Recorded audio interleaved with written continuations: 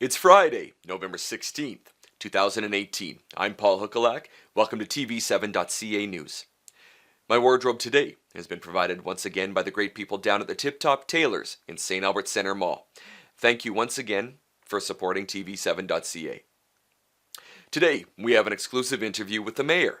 We learn about some new art the city is planting, and we meet a local business that is helping injured workers across Alberta. But first,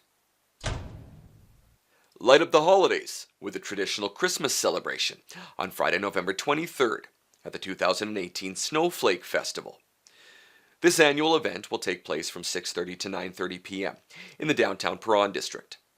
The whole family can enjoy ice sculpture displays, take a ride in a horse-drawn wagon, mingle at the petting zoo, and take in other unique entertainment and displays in this winter wonderland. Santa and his elves will be waiting in Santa's village to greet children and spread some Christmas cheer.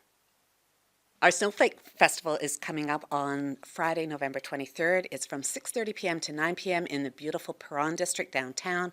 We have everything from Santa and Mrs. Claus arriving, sleigh rides, lighting up the Christmas tree, lots of indoor and outdoor activities. This is a free, family-friendly event. So we've got lots of businesses in the community that are supporting this festival so that we're able to bring it for free to the residents.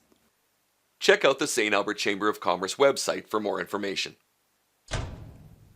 Our city has welcomed its latest sculpture, and a living one at that. As part of the Canada 150 celebrations, and in partnership with Communities in Bloom, the city agreed to represent Alberta as part of a national mosaic culture exhibit in Gatineau, Quebec. Each participating province and territory had on display a distinctive sculpture to represent them in the exhibit. The city of St. Albert and the province of Alberta were represented by a metal sculpture of a wild rose, which was filled with plantings representing our province and local area. The sculptures were on temporary display in the National Capital Region for the Canada 150 celebrations this past summer. They have now been shipped to each participating province for permanent display. The St. Albert sculpture arrived in our city on November 13th and will be displayed at 7 Taché Street near Red Willow Place. The sculpture is arriving without plants, and a planting project is planned for the end of May or early June. Volunteers will be recruited to help plant over 6,000 plants. Well, if you could live forever, would you? That's the question the St. Albert Children's Theatre sets out to answer in their production of Tuck Everlasting. The musical, based on the best-selling novel by Natalie Babbitt, will be at the Arden Theatre starting November 22nd. Artistic director Janice Flower says the cast ranges in age from 10 to 34 and have been rehearsing around 24 hours a week for several months. TV7.ca spoke with a few of the young stars of the production.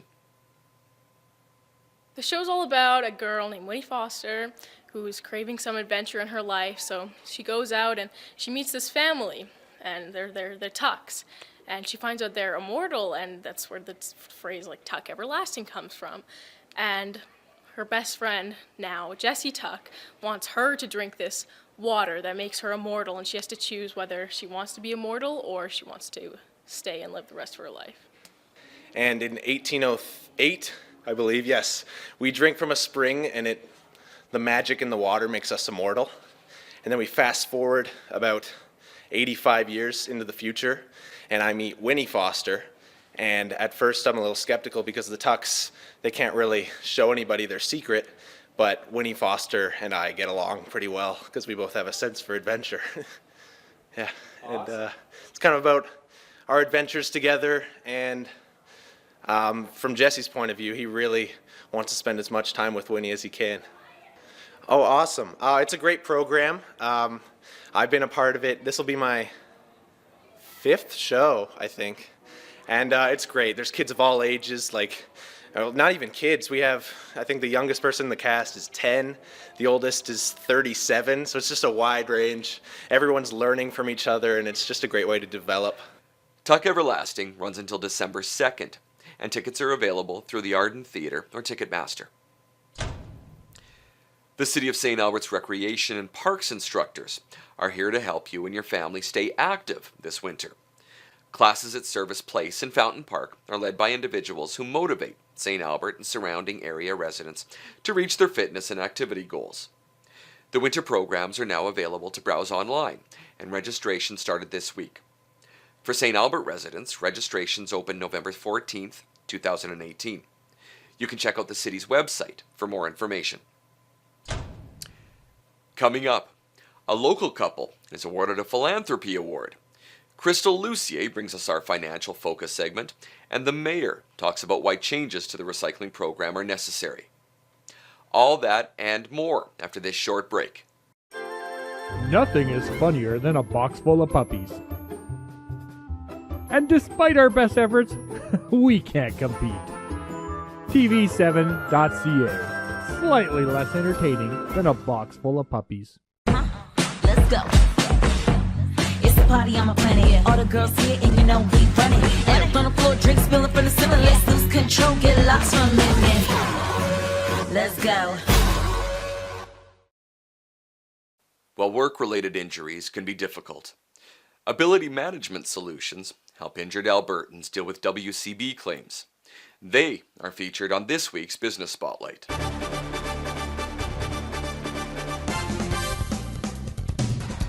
I'm Diane, and this is Sandra with Ability Management Solutions, and we represent injured workers of Alberta. And typically what happens is they end up getting lost in the system. Either their claims are denied, they're not given the entitlements that they should have been awarded. So we step in and we help them. We review their claim file, we determine the entitlements that were missed, and write letters on behalf of them and be their voice. Yeah, it can be a very complicated system, so it's our job to help navigate through that system and have a win-win for the injured worker. Typically what we find is the Office of the Appeals Advisors only deals with issues that the worker brings to them. What's different with an independent consultant like us is that we actually review the claim file from the start to the finish, and we identify all issues and entitlements that have been missed. Most of the time, the injured worker does not know what their entitlements are. I've had 20 years experience of working at the WCB, so I know what each worker should be entitled to. So, looking at a file from the point that we get it, we go through the file and we go right from the beginning of when the claim was actually administered, and we look through and to find out what's been missed based on the nature of the injury. If you've had a work injury in the province of Alberta and you need assistance with your WCB claim, no matter how old it is, please give us a call and we will be happy to review your claim file and have an in-person or telephone consultation with you. Or if you have questions about whether or not you should put in a claim with the WCB of Alberta, give us a call and we'll direct you the right way.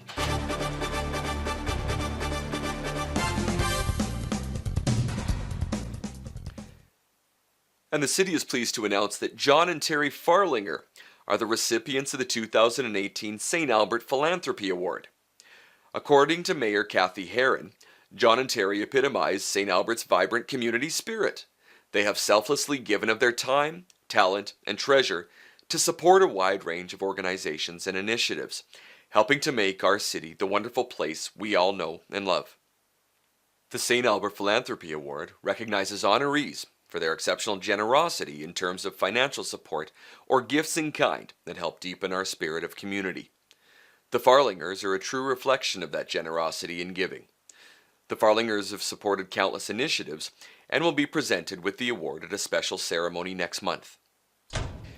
TV7.ca's very own Lisa Ruffiange sat down with Mayor Kathy Herron for an exclusive interview. During the interview, amongst other topics, they talked about traffic solutions, different city initiatives, and about the changes to the recycling program. Mayor Herron explained that due to the global markets, the city contractor GFL can no longer recycle certain items.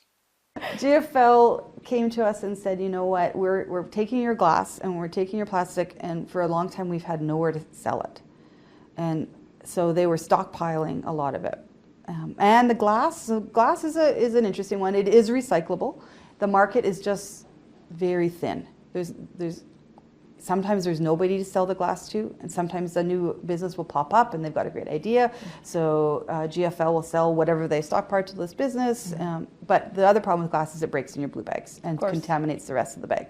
So we will continue to accept glass, but you will have to drive it up to Mike Mitchell Recycling Center in Campbell. So when you're going up there for your bottle depot run or going to service place, just bring your glasses up there and throw it in the bin. I'm really hoping residents will do that and not just throw it in the garbage. Plastics is a different issue. The issue with plastics is, I think all of North America and probably most of Europe was sending their plastics to China for processing. And China is one of the biggest manufacturing companies in the world. You can question their human rights activities, you can question their labor laws, but you can't compete with them, which is unfortunate. So it was really hard for any North American business to take that plastic and produce something as cheaply as China. Right. And so they couldn't compete. So it was We're all never going going to to beat those guys. It was all going to China. But China was starting to say, like,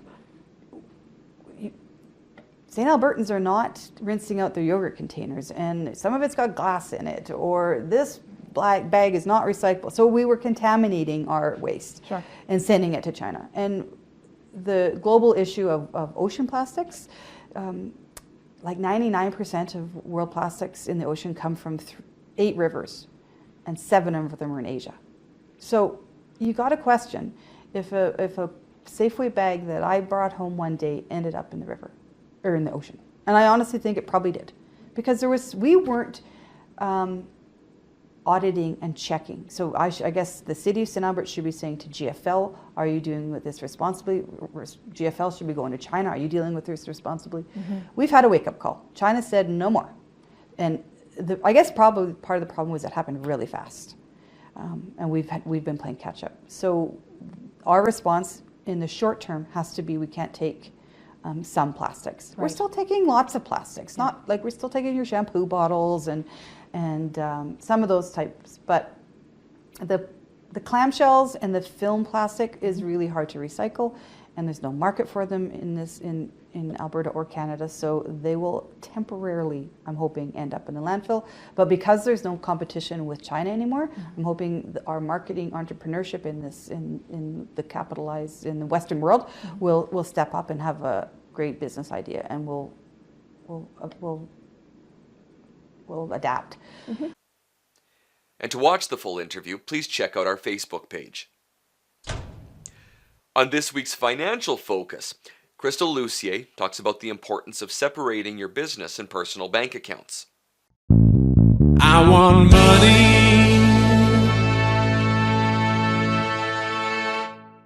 Today we're talking about keeping business and personal accounts separated. It's not required by CRA for proprietorships, but it is advisable. And for corporations, there's corporate regulation because you're a separate entity from yourself personally, that you do have separate business bank accounts and credit cards. It's important for a bunch of reasons. The first is ensuring that you're sorting your records properly. It's a lot easier, it's going to save you time and probably some money if items are sorted between your personal and business accounts. It's also important because you don't want audit reflected on your personal bank accounts if your business is getting reviewed. If you have separate accounts that you can provide an auditor or an agent in the case of an auditor review, then they don't have to go and look at your personal accounts for anything. You also want to make sure that you're allowing for multiple signature authorities on your business checks. This is important to keep you away from fraud. To do that, you need to make sure that you have a business account so that you have dual signing lines. It's also a tax time nightmare. If you have everything in one account or everything is flowing through your personal account, it's going to take a lot of time to separate that out come tax time. It's also going to take a lot of time for you to go through and sort out all of your receipts. We also want to make sure that you don't miss any deductions. To ensure that, if you keep all of your purchases through business accounts, when your banks get reconciled for the business, you're not going to run into any receipts that you're looking for or that you're missing deductions, because when you're reconciling, you're ensuring that everything in that account has been accounted for. It's really important to keep these accounts segregated for a number of reasons, and if you need help, I would talk to a professional accountant or bookkeeper. Thank you for joining us today. This is Crystal Lucier with TV7.ca. I want money.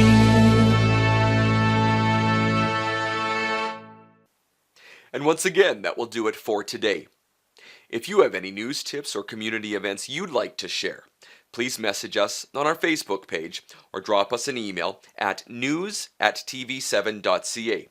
For all of us here at your local channel, I'm Paul Huckalak.